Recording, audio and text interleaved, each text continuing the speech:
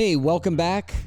Adam Kazinec here with Kaz's Corner, here on another episode of Dollars and Cents. Today's episode, we are talking about credit scores and credit usage and everything having to do with this mysterious FICO score that we all care about or not care about or think is important, not so important. And we're going to break down some of those question marks here, frequently asked questions. So let's get right into it. What is a credit score? All right, let's start very, very, very basic. A credit score is basically a number associated with your Social Security number that gives lenders the ability to rank us against each other. Now, that sounds maybe good or bad, but it's essentially a numerical value that answers basically this one question. What's the likelihood that you or me or Bob or Sally or Terry or Brittany, whoever, what's the likelihood that they're going to pay us back any money that we loan them? Whether that is charged on a credit card and you purchased at that favorite, store you like to shop at. Well, when you swipe that card, yeah, money was paid to that store from the credit card company, but guess what? Now you owe money to the credit card company, right? To go full circle. So the credit card companies will want to know your credit score when you go and apply. That's what they're doing behind the scenes. This is also why mortgage companies want to know and run a credit check, because they want to know what's the likelihood that this person's going to pay us the money that they owe us on a monthly basis. Same with going out and getting a car. Same with maybe renting an apartment that does credit checks. It's basically a function of what is the likelihood that you will pay the person on time or the company on what you owe them. All right. Now, easy way to think about it. The higher the score, the more likelihood you are to pay them back. The lower the score, the less likely somebody is to pay them back. So, as a function and an example, let's just say Jessica, who's got an 800 credit score, the highest you can go, just so you know, is 850. Is what's considered excellent. The lowest, which I believe exists, and the lowest I've heard of is 300. Not sure why it doesn't go to zero, but this is where it ranges. So 300 to 850. Jessica's got an 800 credit score. She goes in to get a car. She can maybe get that car loan for 5%. But Alex, on the other hand, goes in and has a 620 credit score. Maybe his interest rate's going to be 12%. Okay. Now, this is fair. Okay. It may not seem fair. It may not seem legal. People get all up in arms and say, oh, everybody loves Jessica more than Alex or vice versa, whatever the scenario is. But it's a function of doing business. If I'm going to loan anybody money, whether it's a kid on the street in the neighborhood or whether it's a good friend of mine I've known for 20 years, yeah, you're probably not going to run a credit score, but you're also in the back of your mind thinking, is this adult who's got a paying job or whatever the scenario is more or less likely to pay me back than this kid who's selling lemonade in the neighborhood? Okay? Maybe not the best example, but essentially that's what we're doing. And the credit score is a way where it levels the playing field and says, let's give everybody this number. It's tied to your Social Security number.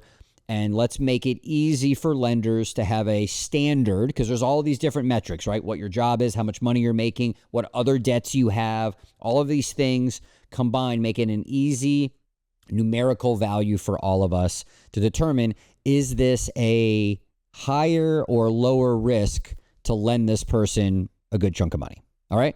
So now we're going to get into the factors that build out your credit score. Okay. There's a few different categories, and it's important to understand these because each of these are going to affect us uniquely in different ways, okay? So the first one's going to be payment history. What has your history looked like from making payments in the past? Have you been on time? Have you been behind?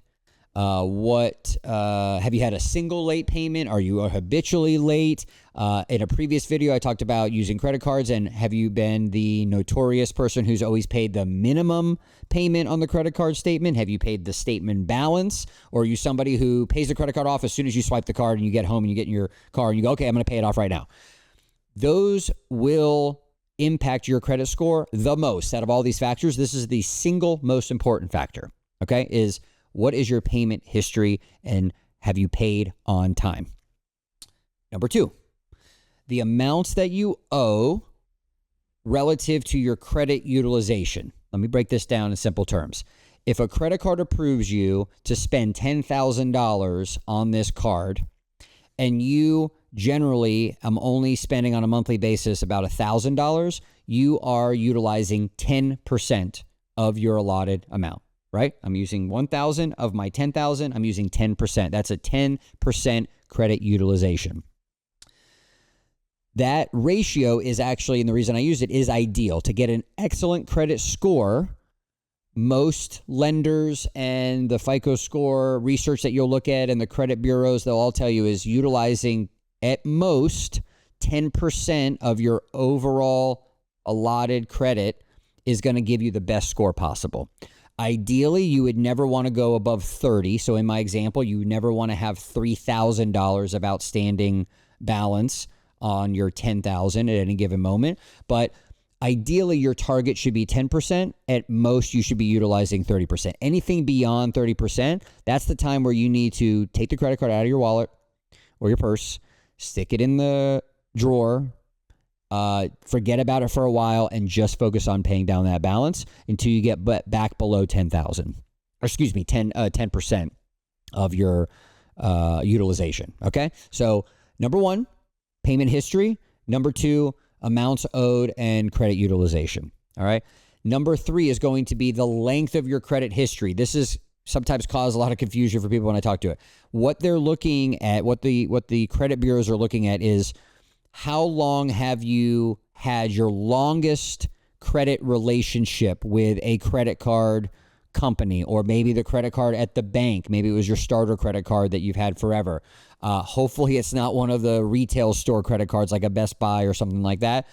Those generally have the worst interest rates, and not ideally because they're not ideal cards because they're only at one store. So you want to be able to utilize a long-serving credit history. I myself have had a credit card from American Express, a starter one, no annual fee. It's my longest history. I keep it open. Do I use it on a regular basis? No, but it's got my credit history. It shows that I've had it all the way back till before when I even before I graduated college, and it has a good credit standing on it, and it's got a good no balance outstanding.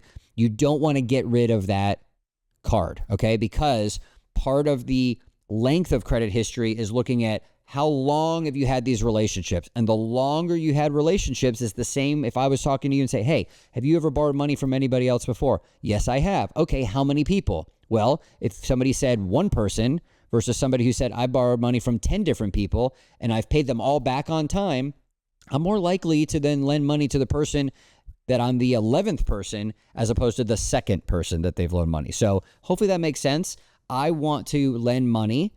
And if you are thinking about it from your standpoint, you're the lender, you probably want to lend to someone who's familiar with paying their credits and their debts back. It's not the first time that they've done it. They're not doing it as a dire need. And I'm more comfortable with lending that person money who's got a good credit history. This is just a way where we can go back and say, yeah, you have a long-standing history of paying people back on time. You're more trustworthy than maybe who is newer, right? Or less information about it. Doesn't mean that they're not going to pay me back. It's just safer bet over here.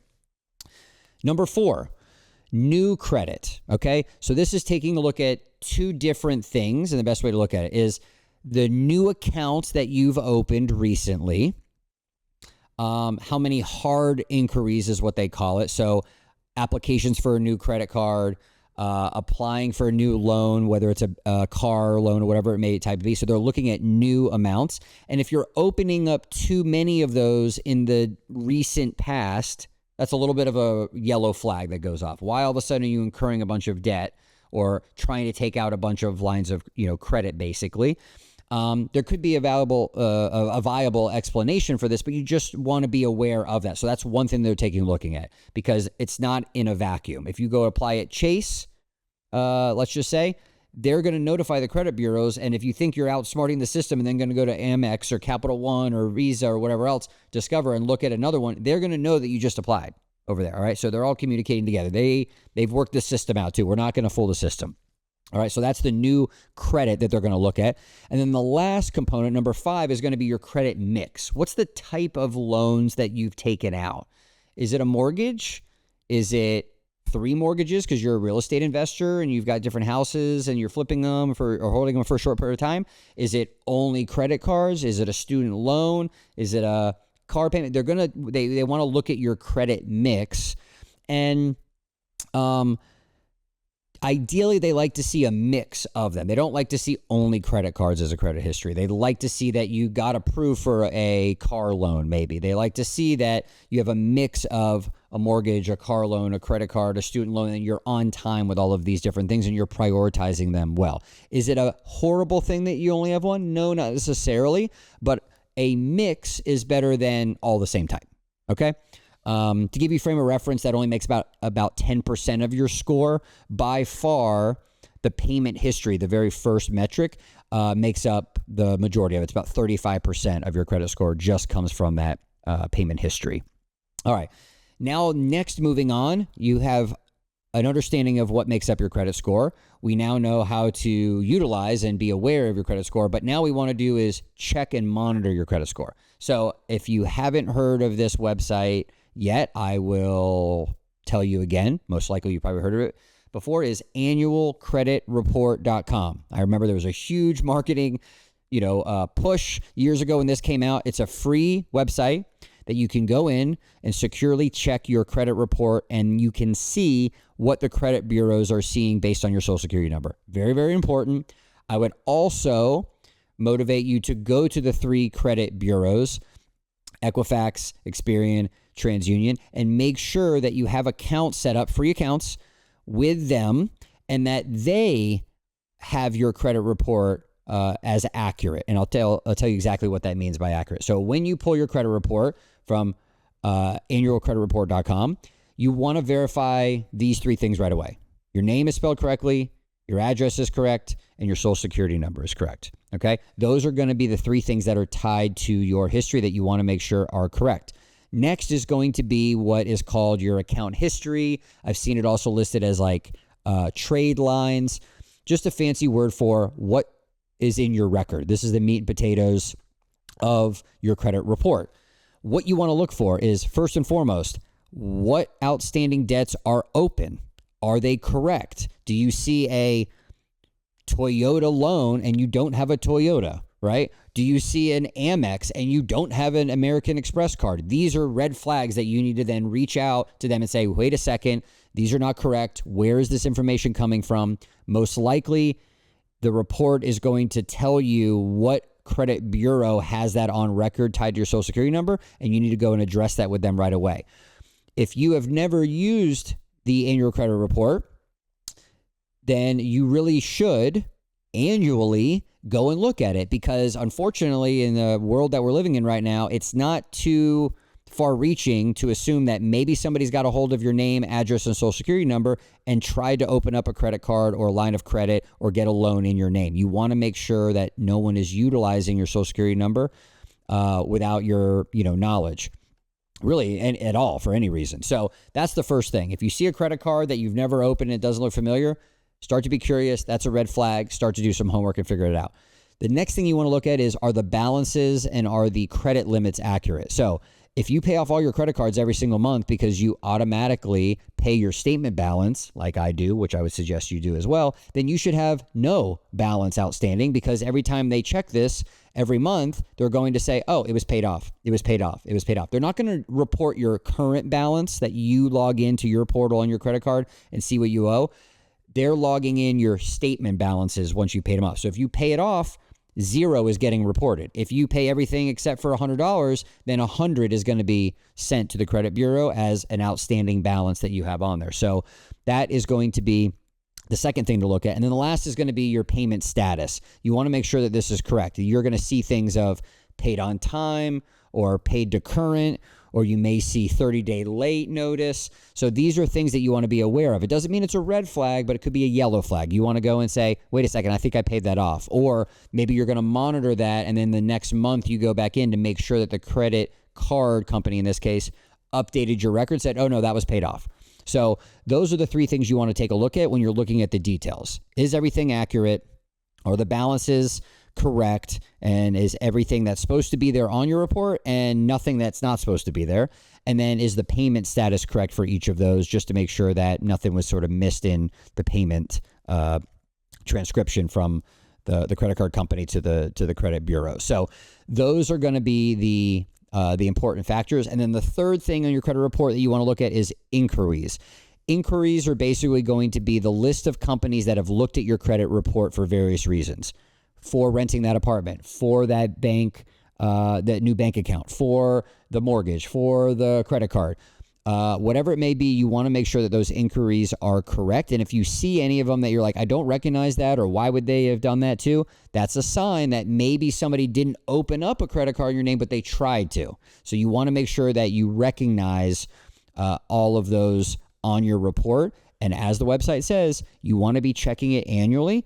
And I would say also, as a good measure, this is what I do myself. I've gone to each of the credit bureaus individually, set up a free account, and on each of those free accounts, you can freeze your credit, which means that it cannot be used to run any credit checks. And all you would need to do if you want to use it is go on to that credit bureau, that the bank, lender, auto finance company, mortgage company, whatever, ask them what credit bureaus they check, and you can go to those websites. And then what I love the term is thaw your credit report, which means that it unfreezes it for a certain amount of time while they're doing the check. And then as soon as the time frame expires, it freezes again and it can't be then utilized anymore. This gives that extra layer of protection for you so you don't defrost your frozen status and then forget to put it back on. So I like this sort of time frame, thaw for a week, thaw for 3 business days, let them run the credit report, they get my record back, perfect, and then it freezes again, and then